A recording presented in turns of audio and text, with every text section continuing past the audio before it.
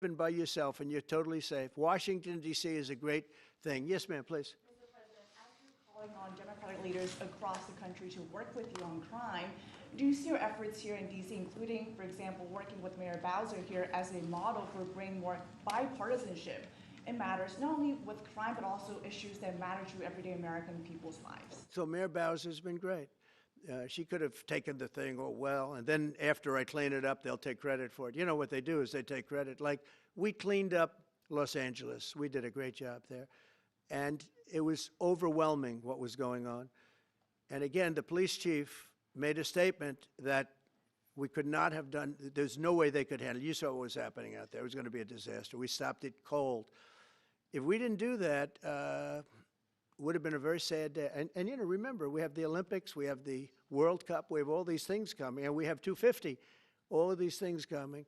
But I watched Newsroom get up and say, he's doing a great, he's not, we're the ones that did it, and that's okay, whatever it takes, but the main thing is but he got up and said, we did it.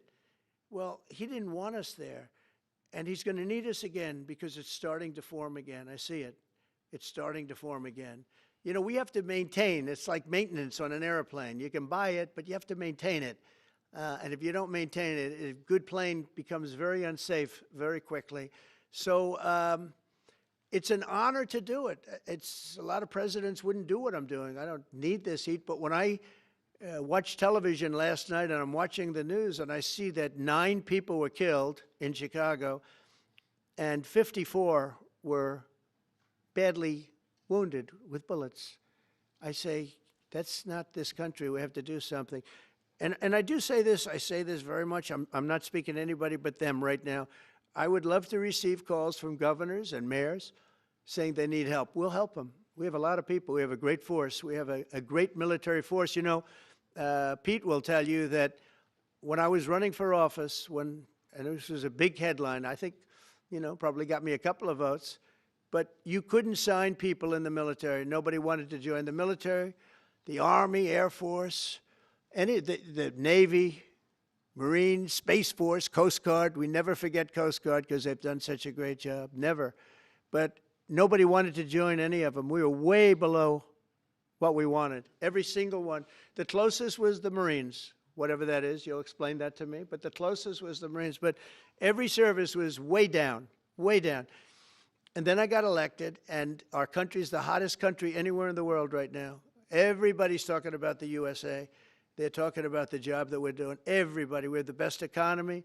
We have a very, very important decision being made by the Supreme Court because our country is the richest, the strongest, the most powerful. But if for some reason some liberal court, I'm talking about the court that just ruled, where even an Obama judge voted in favor of us, which I gave him a compliment yesterday, as you know. I said that took great courage.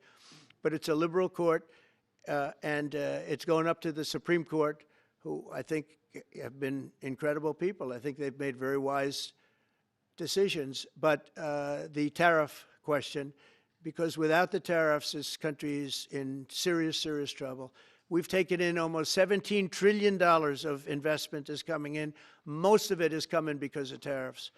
And if for some reason somebody wanted to be politically correct, I actually think it's unpolitically correct. I think politically correct is to approve it because there's nothing so popular as what's happened to our country. Our country is doing so well.